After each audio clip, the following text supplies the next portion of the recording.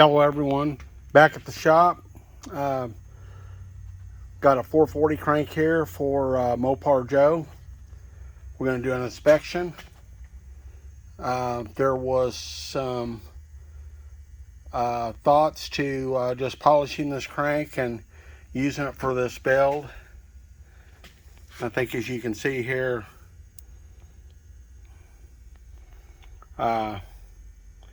looks like the mains were in pretty bad shape. Some of the rods. Look at the back side. A lot of times the top side of the journal can look bad on a rod, but the back side, as you can see there, the back side can look bad. Okay. I don't have to do the penny test, but we'll do it. We'll just get a look at this. Okay, we're back.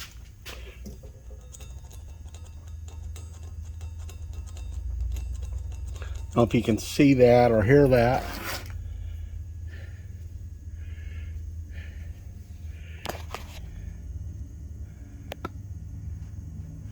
I'm using a kind of a modern penny, but you can see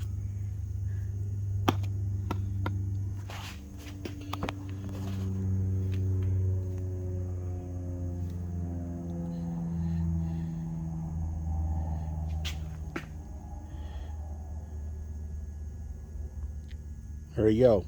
You can see how that filed that penny off on that corner. Okay, it's an EB gram. I'm going to go ahead and mic this and I'll be back. Okay. See, I got my worksheet here. Number 1 is 27499. Number 2 is 27497. Number 3 is 27498. Number 4 is 27477. And number 5 is 27497. I'll check the rods off camera. I'll be back. Okay, you can look at the scoring on number 5 main. You can see it a little better there. There you go. This, you can see this has kind of been burned up on number 4.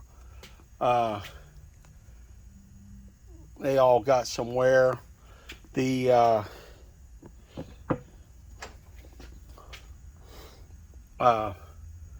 there's the rod journals. Number 1, we have 2.3239, 2.3238, 2.324 in number 2 journal, 2.324, that'd be the low side. Number 1 just a few tenths below that, tenth or two. Number 4 is 2.3238 to 2.3239.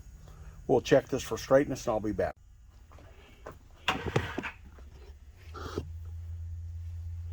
Okay guys, got our 440 crank in the V blocks.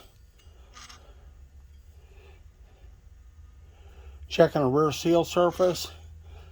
You probably know that if you watched my video with Big Block 402, we checked his Pontiac crank, and if you remember, we had I think a few thousandths out. You can see we're pretty close. I mean, a couple of tenths. That's very good. Okay, guys, I'm not going to check all the journals. No need in it.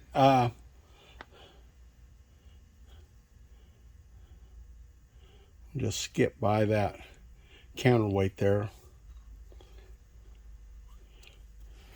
We'll re-zero our indicator. There's the low. I already checked this off camera. You can see we're about a thousandths. Okay. Okay, we're back. We're going to check our snout. Nose of the crank. A little bit of a low right through there.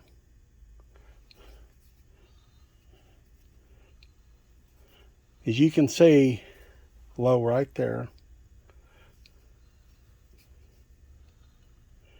Maybe a half thousandths. There we go, there's a better picture. Maybe a half thousandths. There you go. So this thing should make a 1010. I would recommend, it'll be, of course, it'll be up to Joe. Okay, I'd recommend probably magging the crank, just because number 4, number 5 got a little hot. But I think it'll make a 1010. It does do a good ring test. It sounds good, but definitely needs to be reground, and the clearances are kind of all over the place. So for a proper built 440, proper built anything, it needs to have consistent bearing clearances. I appreciate you watching. Thanks a lot. And I thought for grins, we would check where that seal surface is.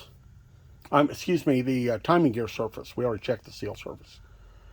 And you can see that we're maybe a half thousandths out. Very, very good. So that's the way a crank should be. I mean, I'm pretty happy with that. Guy grinds the crank, he'll line up on the snout, line up on the seal surface, grind the mains true to the world, and line everything back up. Everything will be happy. Set all the stroke. It'd be great. Thanks for watching. Well, people, this ends another episode of There Wasn't Nothing Wrong With It Until They Brought It Over to the Shop. Yep. This is beyond polishing.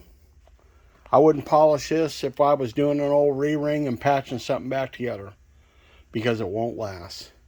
And it's certainly not the caliber of crankshaft that I want. This is supposedly a 500 horse build. We'll see. Should be. Should exceed that. But this isn't a 500 horsepower crankshaft. Ask me how I know. Have a great day.